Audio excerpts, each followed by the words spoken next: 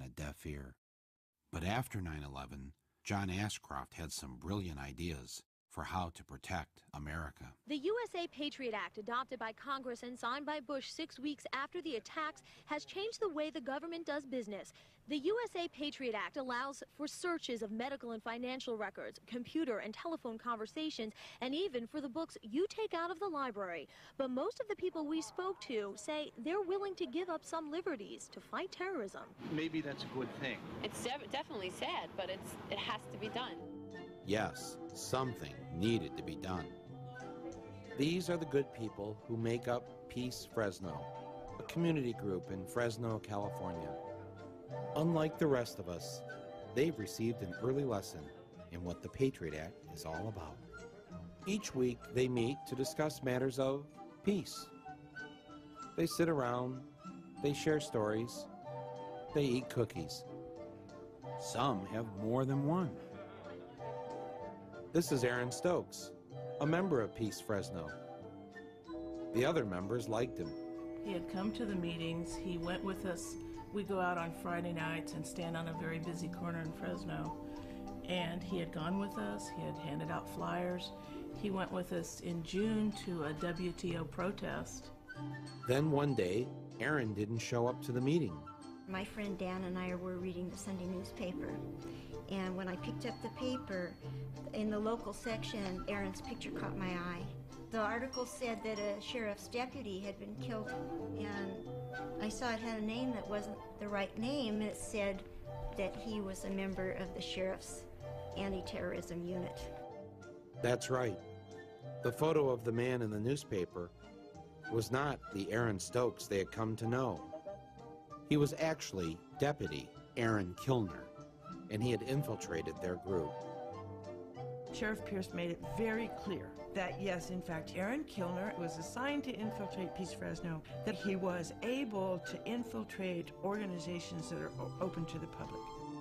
You could understand why the police needed to spy on a group like Peace Fresno. Just look at them. A gathering of terrorists if I ever saw one. This is Barry Reingold, a retired phone worker from Oakland, California. Barry likes to work out in the gym. Somewhere between his cardio and his strength training, Barry got political. We're up in the gym, and it was after we were working out, and a number of us were talking about 9/11 and Afghanistan and bin Laden, and someone said, bin Laden's a real asshole for murdering those people. And I said, yeah, that's true, but he'll never be as big an asshole as Bush, who bombs all over the world for oil profits. Barry didn't have to worry about the police spying on him. His fellow weightlifters were more than willing to turn him in. I was taking a nap, and I guess it was 1:30, 2 o'clock in the afternoon, and they came to my place, and I said, well, who's there? And I said, the FBI. I said, the FBI? I mean, why are they here?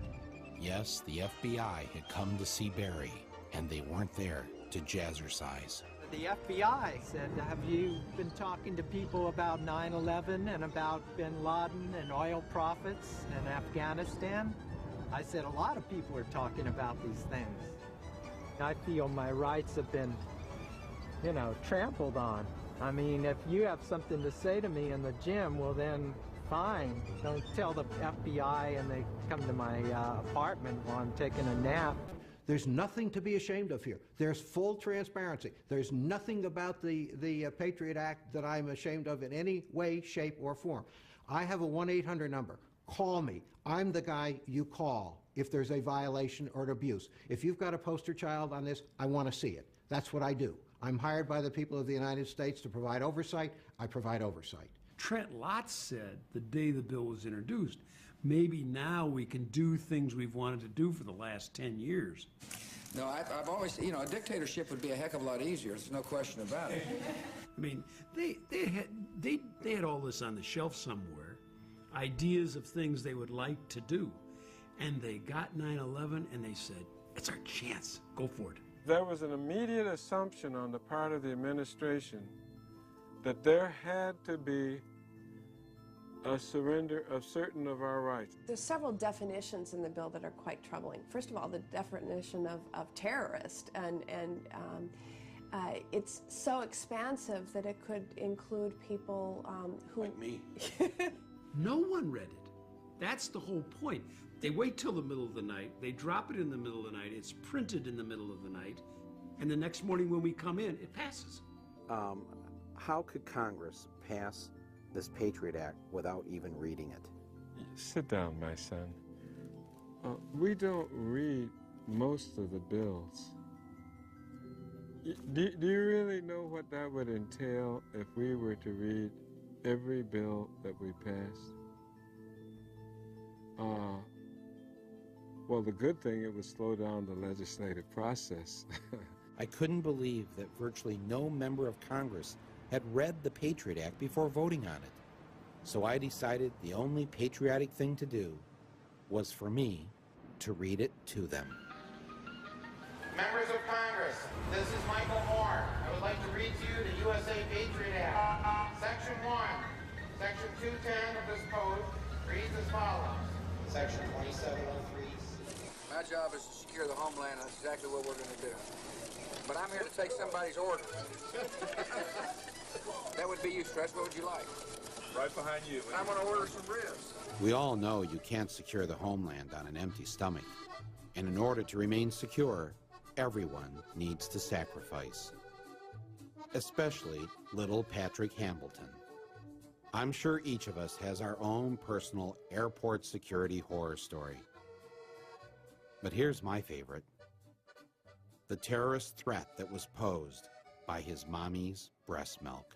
I thought, well, if I just put a little bit on my lips, then that would be sufficient, because obviously I'm tasting it. And she looked at me, and I felt like she was telling me, you need to chug that. She goes, no, you need to drink more. And of a 4-ounce bottle, I wound up drinking 2 more ounces of breast milk that then, because it's touched my lips, has to be tossed. While Homeland Security was making sure breast milk was kept off our planes, they were also doing everything possible to ensure no one could light a firebomb on board. I can bring that on the plane? Actually, you can, yes, you're fine. Oops, 1 too many books of matches. You can have 4 books of matches and 2 lighters. When we already have the experience of Richard Reed, the shoe bomber, who would have blown up an airplane with his shoe bomb had he had a butane lighter, according to the FBI, why would the Transportation Security Agency say it's okay to take 4 books of matches and 2 butane lighters in your pockets as you board an airplane? I'm guessing that somebody put pressure on them to say, you know, when an airplane lands, people want to light up pretty quickly, so don't take their lighters away. Okay, let me see if I got this straight. Old guys in the gym, bad. Peace groups in Fresno, bad. Breast milk, really bad. But matches and lighters on the plane, oh, hey, no problem. Was this really about our safety? Or was something else going on? This is where the Pacific Ocean meets the shores of Oregon. Over 100 miles of beautiful, open coastline on our border. And, thanks to the budget cutbacks, the total number of state police protecting it? 1. Part-time. Meet Trooper Brooks. I maybe get a chance to hit this stretch of highway once, maybe twice a week during my shifts. You know, it's just to even drive up here and look. You know, I mean, as far as I know, somebody could, there's lots of things they could do. I don't even want us to expect, because it just makes me ill inside. Back at the State Trooper Patrol Office, thanks to the budget cuts, Trooper Kenyon had to come in on his day off to catch up on some paperwork. For the most part, especially during the summertime, when people show up here, this is exactly what they get. They close the door. They can read the sign about the office closure, and it just basically explains that, you know, due to our cutbacks, our office is not open for administrative business.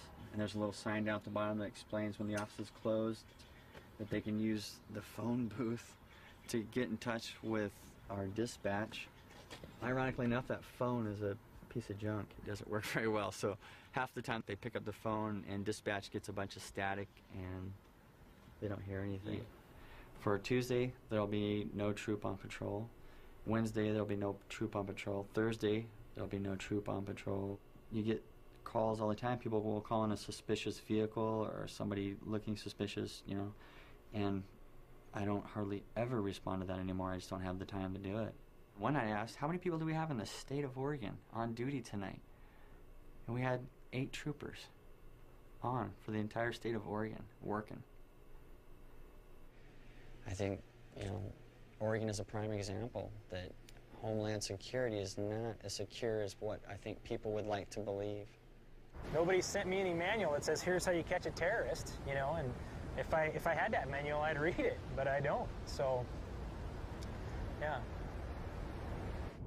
Of course, the Bush administration didn't hand out a manual on how to deal with the terrorist threat because the terrorist threat wasn't what this was all about.